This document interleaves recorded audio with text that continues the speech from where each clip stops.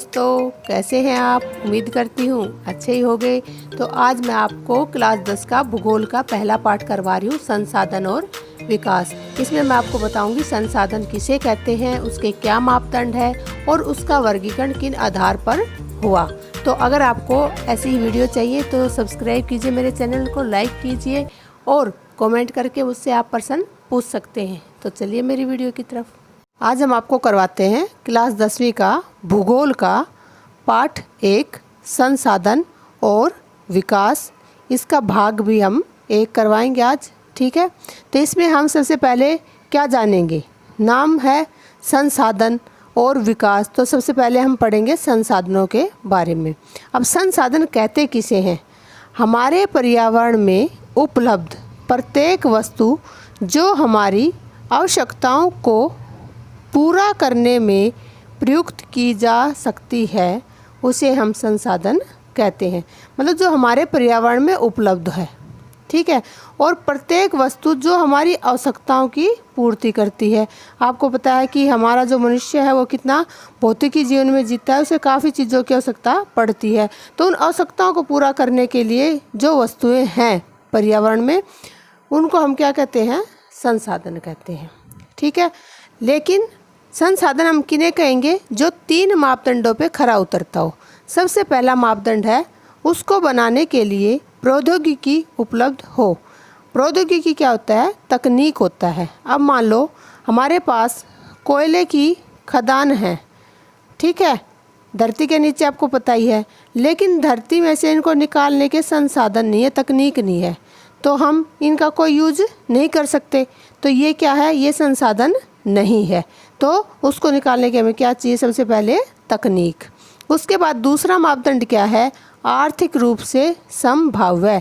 एक क्या है? जैसे मैं आपको एग्जांपल देती हूँ कि मान लो अब ये कोयला हमने निकाला, इसको निकालने में लग गए 100 रुपये और फिर हम इसको मार्केट में बेचते हैं निकाल के 10 रुपये का। तो आर्थिक रूप से ये संभाव्य नहीं हुआ। हम क्यों 100 रुपये लगाएंगे 10 रुपये के लिए, ठीक है। तो ये भी होना चाहिए कि वो आर्थिक रूप से संभाव्य होना चाहिए। जितनी लागत हम लगाते हैं उससे ज़्यादा हमें कीमत उसकी मिलनी चाहिए। तीसरा है बेटा सांस्कृतिक रूप से मान्य। एक कोई भी चीज़ है वो सांस्कृतिक रूप से मान्य होनी चाहिए। सांस्कृतिक रूप से कैसे? मान लो हमारे पास पेड़ हैं, ठीक है, ये पेड़ है हमारे पास, इन पेड़ों में जीव जंतु रहते हैं, ठीक है, और बहुत सारी आपको पता ही है पेड़ों के ऊपर पंछी हैं, जीव जंतु हैं।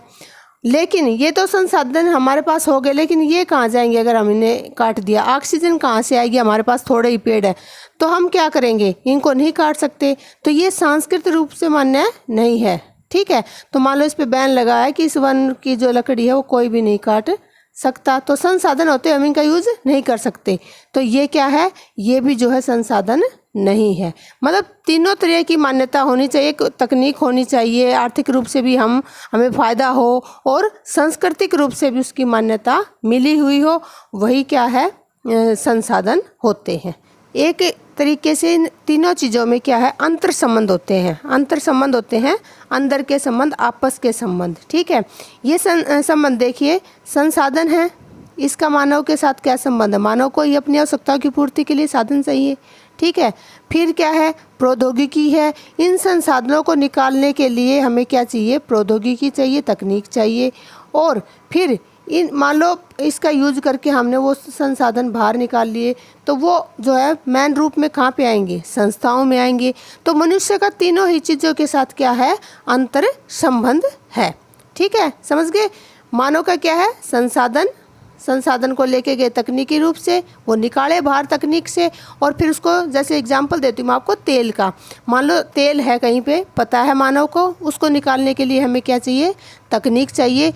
तेल निकाल लिया, ठीक है, लेकिन वो जैसा तेल निकलता है वैसा ही तेल यूज नहीं कर सकते। उसके लिए हमें जो है संस्थाएं बनाई हुई हैं, उनमें ले जाके उनको शुद्ध किया जाता है और शुद्ध तेल करके जो है उसको बेचा जाता है।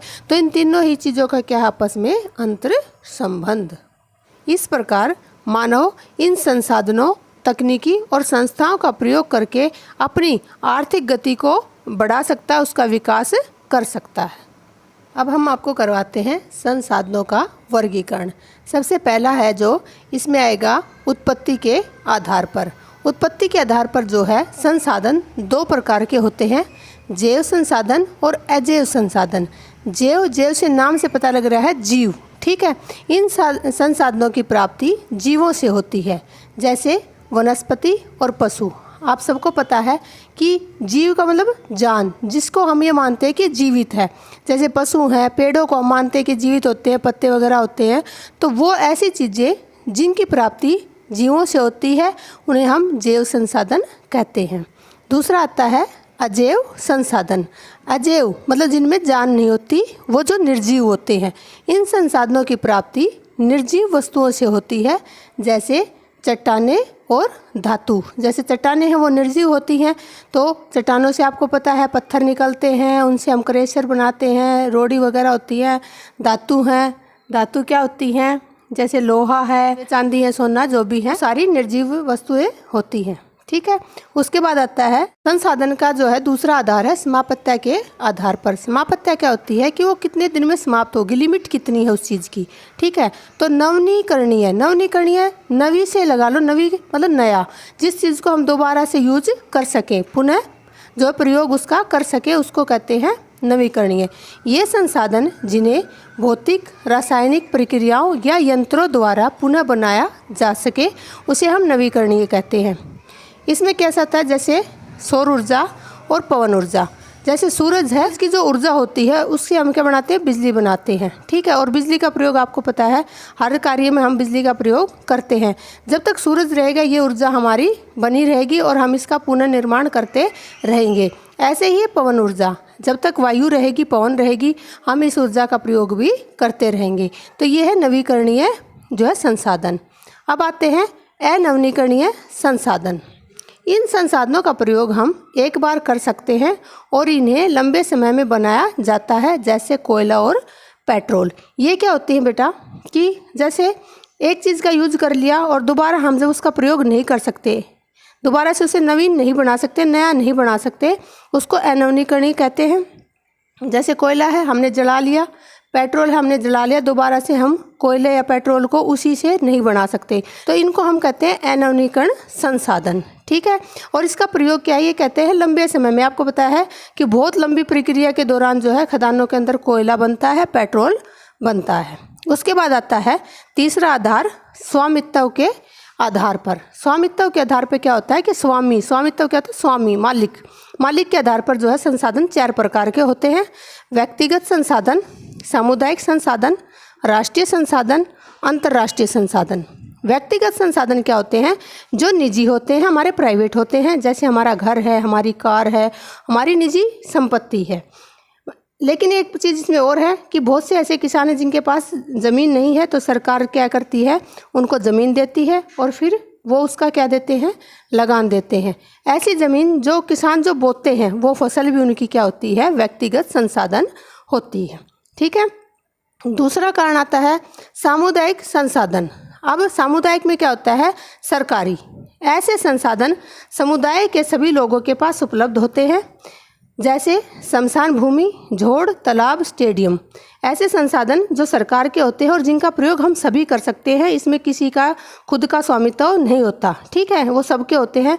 जैसे शमशान भूमि है, सबकी होती है, जोड़ है, वो सबके होते हैं, तालाब है, स्टेडियम में है, ठीक है, बस अड्डे हैं, रेलवे स्टेशन है, ऐसी चीज़ें जो है सबकी होती हैं, उनको हम कहते हैं सामुदायिक संसाधन। तीसरा आता है राष्ट्रीय संसाधन। ऐसे संसाधन जिस पर देश की सरकार का स्वामित्व होता है। देश की सरकार व्यक्तिगत संसाधनों पर अधिग्रहण कर सकती है। सारे खनिज पदार्थ, जल संसाधन, वन, राजनीतिक सीमाओं की भूमि और 12 समुद्री मील यानी 22.2 किलोमीटर तक महासागरीय क्षेत्र के संसाधन। अब राष्ट्रीय संसाधन का क्या है बेटा कि ये संसाधन क्या होते हैं, देश की सरकार के होते हैं, राष्ट्रीय होते हैं यानी देश की सरकार के पास होते हैं, उनके ऊपर उन्हीं का स्वामित्व होता है। लेकिन ऐसे में क्या है कि कुछ ऐसी भूमि, जैसे भूमि होती है वो व्यक्तिगत होती है, लेकिन अगर सरकार को रेल निकालनी है, लाइन बिछानी है, तो वो उस व्यक्तिगत संसाधन का क्या करती है, अधिग्रहण कर लेती है। तो ऐसे संसाधनों पर जो है सरकार अपना हक समझती है, ठीक है। इसमें कौन कौन सी चीज़ें आती है, तो जितने भी खनिज पदार्थ होंगे देश के अंदर वो सारे किसके हैं, राष्ट्रीय है। जल संसाधन सबके ऊपर सरकार का हक है। जितने देश में वन हैं, जितनी देश की सीमाओं के अंदर की भूमि है, और भूमि के बाद क्या है कि जो समुद्र है, देखिए इधर देखिए, ये देखिए, ये है, मान लो ये सीमा है हमारी, ये है भारत, ठीक है, क्या है ये भारत, ये सीमा, ये। अब इसके बाहर ये जो सीमा है, ये दूसरी जो लाइन है बेटा, इस लाइन से इस लाइन तक कितना आता है एरिया, ये आता है हमारा 22.2 किलोमीटर, ये एरिया। इस एरिया पर भी किसका हक है, भारत का हक है, भारत की सरकार का हक है। इनमें जो जो खनिज पदार्थ होंगे वो किस में होंगे, वो भारत सरकार के अंतर्गत आते हैं, ठीक है। ये हो गया हमारा राष्ट्रीय संसाधन। अब है अंतर्राष्ट्रीय संसाधन। अंतर्राष्ट्रीय क्या होते हैं बेटा, तट रेखा से 200 समुद्री मील से परे खुले महासागरीय संसाधनों पर अंतर्राष्ट्रीय संस्थानों का अधिकार होता है। ये क्या होता है कि मैंने अभी आपको करवाया राष्ट्रीय संसाधन के अंदर कि भारत की सीमा के 22.2 किलोमीटर पर तो जो है भारत सरकार का हक है, ठीक है। उसके आगे अंतर्राष्ट्रीय संसाधन जो है कितने, 200 समुद्री मील तक। देखिए मैं यहाँ समझाती हूँ आपको। ये है, जैसे मैंने आपको बताया भारत की सीमा है, इसके जो मैंने आपको बताया कितने किलोमीटर बताया, 22.2 किलोमीटर, ये यहाँ से यहाँ तक।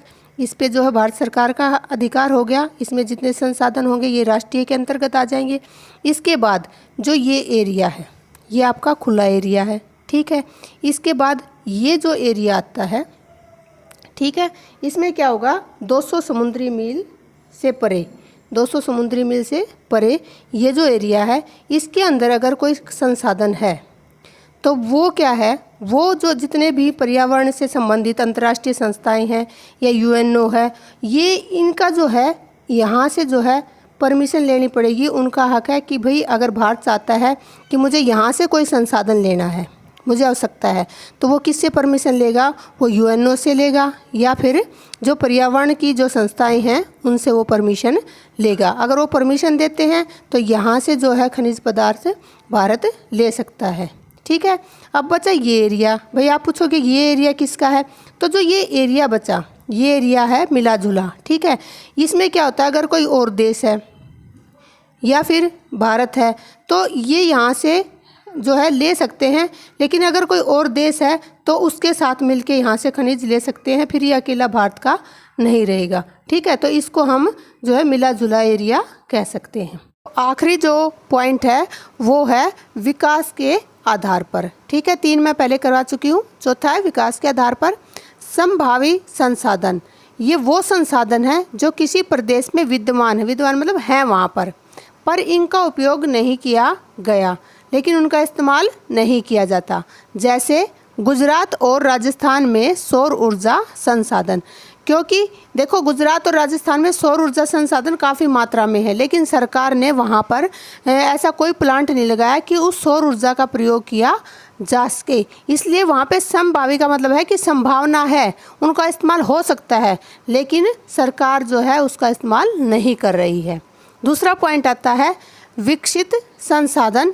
वे संसाधन जिनका उपयोग हम कर रहे हैं और उनकी मात्रा सीमित है, जैसे पेट्रोल, ठीक है। इसका सर्वेक्षण हो चुका है। ये वो संसाधन है, विकसित मतलब पूर्ण रूप से विकसित, जिनका हम उपयोग कर रहे हैं, लेकिन ये कहते हैं उनकी मात्रा इतना हम उसका उपयोग कर चुके कि अब वो संसाधन जो है ख़त्म होने की कगार पर हैं। उनकी जो मात्रा वो क्या है, सीमित है, कम रह गई है। जैसे पेट्रोल, ये पेट्रोल का क्या मतलब है कि अब हम भी पेट्रोल इस्तेमाल कर रहे हैं, लेकिन अगर हम ऐसे ही करते रहे तो ये आने वाले समय में समाप्त हो सकता है। इसका सर्वेक्षण हो चुका। सर्वेक्षण मतलब क्या होता है बेटा, कि इसका पूरा सर्वे हो चुका कि ये ख़त्म हो सकता है। तीसरा है भंडार संसाधन।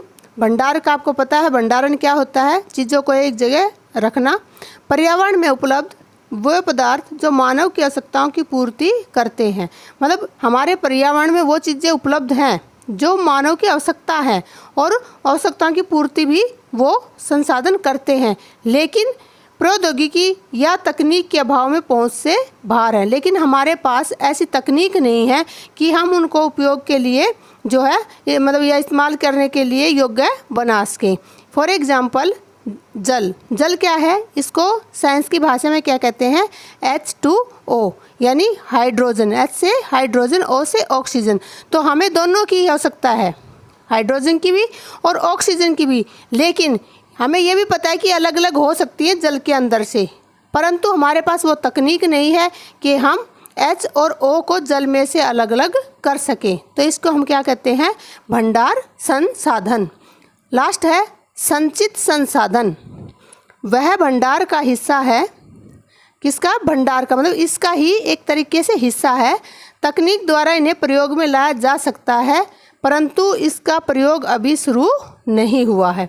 ये कहते हैं कि ये भी एक तरीके से ऐसे ही है कि भंडार का हिस्सा है, तकनीक द्वारा इसका प्रयोग भी लाया जा सकता है, परंतु इसका प्रयोग अभी शुरू नहीं हुआ है। थैंक यू मेरी वीडियो देखने के लिए। बने रहिए मेरी वीडियो के साथ, इसे सब्सक्राइब कीजिए, लाइक कीजिए, कमेंट कीजिए। मिलती हूँ अगली वीडियो में। Bye bye, take care.